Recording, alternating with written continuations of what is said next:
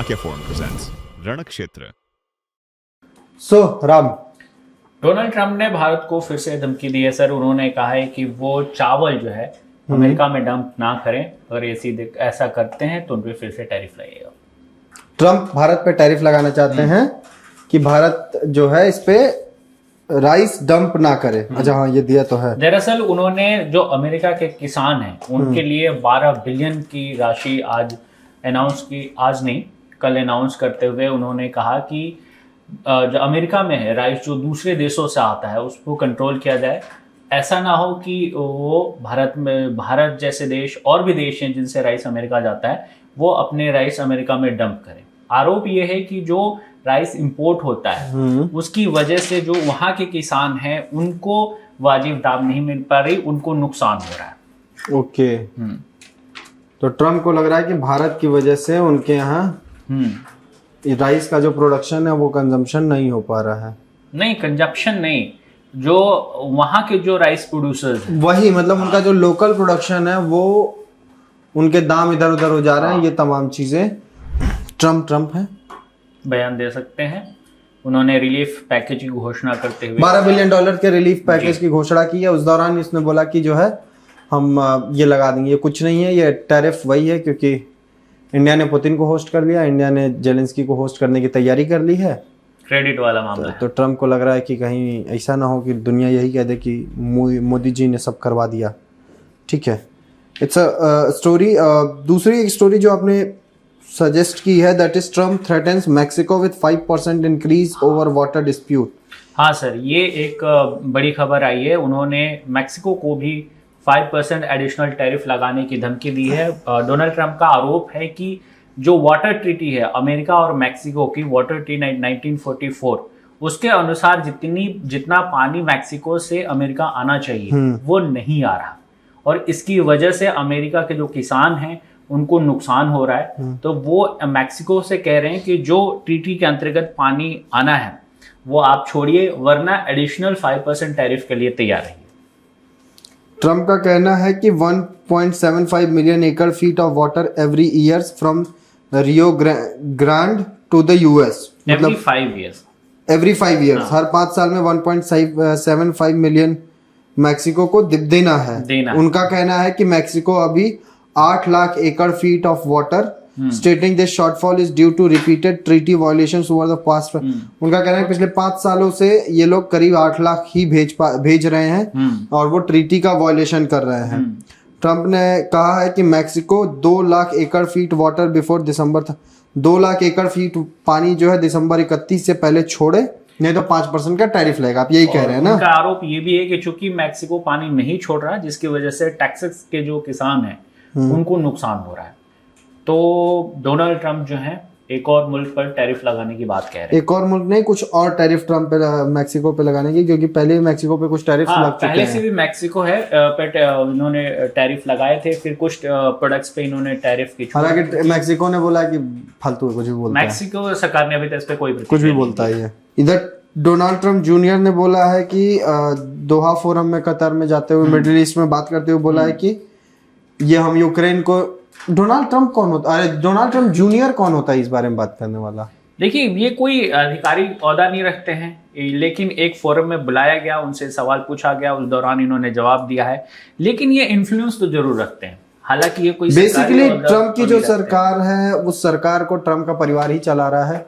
Jared Kushner है जो उसकी फॉरेन पॉलिसी का एक अहम हिस्सा है और बहुत क्वालिफाइड दामाद है उसका, तो वो डिप्लोमेट बन गया। उसका रियल एस्टेट का पार्टनर है स्टीव विटकॉफ, तो वो तो दुनिया की हर चीज के लिए ट्रंप का स्पेशल एनवॉय है। दरअसल दोहा फोरम में इनको बुलाया गया था, वहां पे इनसे सवाल पूछे गए, इन्होंने ये बात कही। वही है ना कि उसके अलावा इन्होंने कई आरोप भी लगाए हैं, भ्रष्टाचार के आरोप लगाए, जेलेंस्की के कैबिनेट पे भी भ्रष्टाचार के आरोप लगाए। ये बेसिकली एक वो अलग गेम खेल रहा है ट्रंप का। बेसिकली अमेरिका की जो सरकार है वो पूरा ट्रंप का परिवार ही तो चला रहा है। ट्रंप के अगर करंट जो उसके सेक्रेटेरिएट में है उसके लॉयलिस्ट जितने हैं जो ट्रंप के अच्छे बहुत क्लोज रहे, उन्हीं लोगों को वो सत्ता मिली है। स्टीव विटकॉफ उसका रियल एस्टेट का पार्टनर है, आई थिंक, तो वो उसका पार्टनर है, बिजनेस पार्टनर है अगर, तो उसको हर चीज का उसने इन्वॉल्व बना दिया है।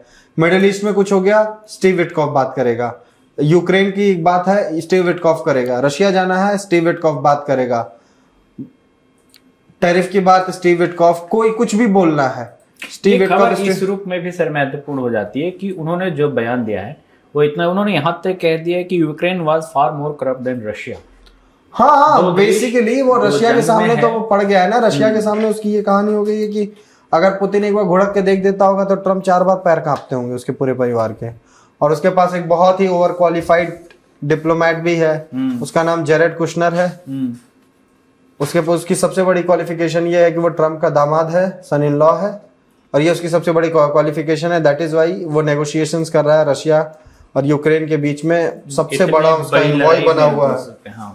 तो एक बहुत अच्छी चीज है। इधर चाइना का भी स्टेटमेंट आया है। चाइना ने बोला है कि हम लोग पॉजिटिवली देख रहे हैं जो पुतिन की विजिट हुई थी। चाइना के पास कुछ कहने को भी है नहीं अभी, सिवाय अच्छा उन्होंने इसका वेलकम किया है और उन्होंने कहा है कि ट्राई की भी बात कही है। चाइना, रशिया और इंडिया तीनों जो देश हैं वो मिलकर एक दूसरे के जो इश्यूज हैं उन पे एक दूसरे को सॉल्व कर सकते हैं and regional and global piece, security और स्टेबिलिटी पे भी ये साथ आ सकते हैं। इस तरह के बयान दिए हैं उन्होंने।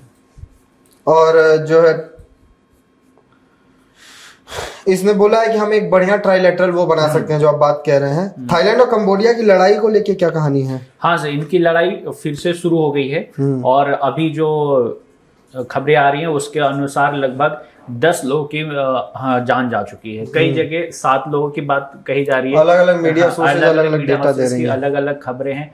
थाई रॉयल फोर्सेस से 3 लोगों की जान जाने की खबर है। इसके अलावा बड़ी संख्या में लोग डिस्प्लेस हुए हैं और 7 से 20 से 25 लोगों के घायल होने की भी खबर है जो कि कंबोडिया साइड से हैं। तो इस तरीके से इनकी फिर से लड़ाई शुरू हो गई है और इस लड़ाई को शांत कराने के लिए दोनों देशों में पीस कराने का क्रेडिट भी डोनाल्ड ट्रंप ने लिया था कि उनके इंटरफेरेंस के बाद ये दोनों मुल्क जो हैं, डोनाल्ड ट्रंप ने तो प्रॉपर एक समिट करके हमास और इजराइल का सीज फायर करवा दिया था कि अब तो सब कुछ ठीक है। उसके बाद इजराइल ने फिर फोड़ दिया, चल रहा है तो वो तो उसमें वो है नहीं है।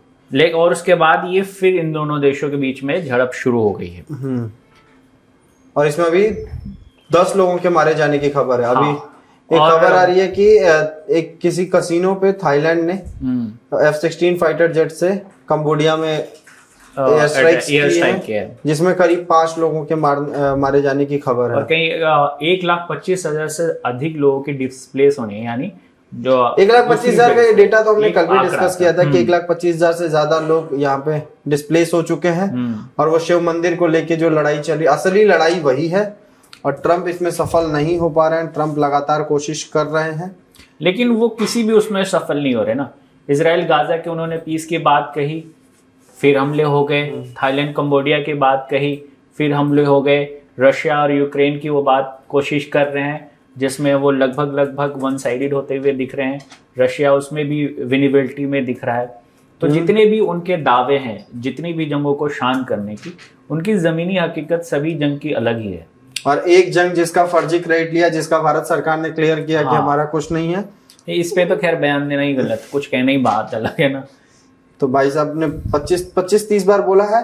अच्छा, बार बार एक चीज नोटिस किया, बार बार ट्रंप क्यों इंडिया पाकिस्तान का नाम लेता है सीज फायर में? क्योंकि उसको ये दिखता है कि यहाँ पे इन्होंने आपस में बातचीत की। पाकिस्तान के जो डीजीएमओ है उन्होंने कॉल किया इंडियन डीजीएमओ को, बातचीत हुई, फिर सीज फायर हो गया।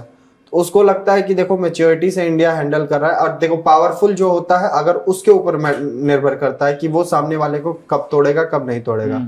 रूस यूक्रेन में क्या है, रूस पावरफुल है, रूस नहीं सुन रहा है, रूस तोड़ता जा रहा है यूक्रेन को। इजराइल हमास में क्या है, इजराइल पावरफुल है, वो हमास को तोड़ता जा रहा है। थाईलैंड कंबोडिया में क्या है, चूंकि थाईलैंड ज्यादा वो पावरफुल आता है, उसके पास F-16 है, उसके पास लेटेस्ट आर्सेनल है, तो इस चक्कर में वो भी मूड में आ रहा है, पीट दे रहा है। इंडिया पाकिस्तान में इंडिया मैच्योरली वो कर रहा है, उसको पता है कि जब मन तब हम 2-3 झापड़ मार सकते हैं, तो हमेशा उकसावे के साथ नहीं करना। इसलिए वो बार बार लेता है कि चलो एक जगह तो कहीं मैं दिखूं कि मैंने करवाया है, मुझे जो लग रहा है, जो शांति दिख रही है, हाँ, कि जहां शांति दिख रही, चलो इसका क्रेडिट तो मैं बार बार लेता रहूं, कम से कम लोगों को याद रहे। इसके अलावा वो वेनेजुएला में भी उन्होंने धमकी दी है। वेनेजुएला में फिर से धमकी दी है, ये खबर आई थी, मैंने देखा था। वहां के तो राष्ट्रपति को देश छोड़ने को तक कह दिया। वो अच्छा, मैंने ना वो जब खबर देखी थी तो मुझे एक चीज याद आई। इराक में जब वो घुस रहा था तो उसने तब की यूएस गवर्नमेंट ने, यूएस के प्रेसिडेंट ने बोला था कि वो देश छोड़ दे, इराक का राष्ट्रपति। उसने देश नहीं छोड़ा था, फिर उसके बेटों को मार दिया, उसकी पूरी टॉप लीडरशिप को मारा, फिर उसको खोज के ले गए और उनको टांग दिया। अभी ये जो धमकी आई है, जिस तरीके का अटैक शुरू हुए हैं इसके वेनेजुएला, हालांकि ये वेनेजुएला में भी एंट्री नहीं कर रहा है नहीं, बट ये वही है कि जहां इराक को बर्बाद कर दिया, इराक को नेस्तनाबूद कर दिया, अभी भी इराक में सिविल वॉर के हालात हैं। ये वेनेजुएला को भी वही बनाना चाहता है, ताकि वेनेजुएला की जो चीजें, या तो अपना कोई बंदा है उसका जिसको बिठा के, दुनिया में सबसे ज्यादा ऑयल रखने वाली कंट्री वेनेजुएला है, तो उस पे वो तो एक ठीक है, वो तो एक अच्छी चीज है वेनेजुएला के लिए। हालांकि वेनेजुएला के ऑयल पे बहुत ज्यादा। अच्छा, एक खबर सुनी आपने? बताइए। गैंग ऑफ 8 के बारे में जानते हैं? यूएस का गैंग ऑफ 8? नहीं। यूएस का गैंग ऑफ 8 बेसिकली एक इंटेलिजेंस कमेटी और सेनेट और हाउस के रिप्रेजेंटेटिव लीडर्स है, जिनको गैंग ऑफ 8 कहा जाता है। इनको जितनी भी नेशनल सिक्योरिटी के एक्शंस अमेरिका लेता है उनके बारे में सारी जानकारी अमेरिका के जो है डिफेंस सेक्रेटरी, अभी तो सेक्रेटरी ऑफ वॉर कहा जाता है उनको, secretary of war Pete Hegseth देने वाले हैं। उनका कहना है कि यूएस के जो डिफेंस सेक्रेटरी हैं, chairman of joint chiefs of staff general Dan Caine और US state secretary Marco Rubio gang of 8 lawmakers को ट्यूसडे को, यानी कि आज दोपहर में, वो नेशनल सिक्योरिटी के जो भी इश्यूज हैं, जो ट्रम्प सरकार नेशनल सिक्योरिटी के लेके जो कदम उठा रही है उसके बारे में पूरी ब्रीफिंग देने वाले हैं। हालांकि ये नहीं बताया गया कि किस बारे में होगी। लोग ये कह रहे हैं कि जो कैरेबियन एंड पैसिफिक इलाकों में जो इन्होंने ये ड्रग बोट कह के मिसाइल्स मारी हैं, लोगों को मारा है, करीब 90 लोगों की हत्या की है यूएस ने, तो उसके बारे में ये लोग ब्रीफ देने वाले हैं। और उसके अलावा जो वहां पे वॉरशिप्स की तैनाती और इन सब के बारे में जानकारी दी जाएगी। इसी बीच में एक खबर आती है, एडमिरल एल्विन होसले करके हैं, ये commander of the US military southern command है, जो American troops in Latin America, जिस इलाके में इसको बवाल अब करना है, उसके चीफ हैं एक तरीके से। वो कहा जा रहा है कि वो भी एक group, separate group of house and senate law makers को आज ब्रीफ करने वाले हैं। और वो आज वेंसडे है, थर्सडे, फ्राइडे, परसों वो अपनी कुर्सी छोड़ देने वाले हैं। तो ये क्या नेशनल सिक्योरिटी को लेकर ब्रीफ करेंगे? ब्रीफ करेंगे, उसको लेके कहा जा रहा है कि अभी वो जो 15 अक्टूबर को बोला गया था कि वो छोड़ देंगे, और उसको बहुत जल्दी उसने ये पोजीशन ली थी। जो इंटरनल रिपोर्ट्स कह रही हैं, जो इंटरनल सोर्सेज हैं, जो जिनको मीडिया कोट कर रही है, उनका ये कहना है कि पीट हेगसेथ ने होसले को बोला है कि sir now it's time for your departure, और अब आप जाइए। क्योंकि बहुत दिन पहले एक पीट हेगसेथ का बयान भी आया था, मुझे याद है, कि हमें लोग चाहिए एग्रेसिव काम और ये तमाम चीजें। उनको ऐसे लोग नहीं चाहिए जो टेक्निकली स्ट्रेटेजिकली सोच के काम को, उनको ऐसे लोग चाहिए अगर ट्रंप ने बोला मारो तो मार दो, उसके बाद जो होगा सो देखा जाएगा। उसके अलावा सर, पड़ोस में पाकिस्तान में भी एक बड़ी घटना हुई। बड़ी घटना इसलिए कह रहा हूँ कि आसिम मुनीर ने गार्ड ऑफ ऑनर लिया as a chief of defence forces. तो उन्होंने गार्ड ऑफ ऑनर लिया चीफ। मैं इस पे बस एक ही बात कहूंगा जो मेरे दिल के बहुत करीब है, सामने देख के। Dear Pakistani navy and Pakistan air force, now you are slave of Pakistan army.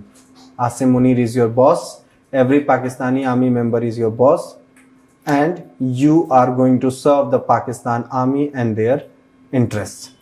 और मेरे ख्याल से ये दुनिया में इकलौता एग्जांपल है जहाँ आर्मी के अंडर ही नेवी, वो इकलौता हो दौलौता हो मुझे उससे फर्क नहीं पड़ता है, बट द पॉइंट इज कि पाकिस्तानी नेवी और एयरफोर्स ने अपना वजूद बेच दिया। मैं बार बार कहूँगा, बेच के दिया, बेचारों की मजबूरी है, नौकरी बचाना है।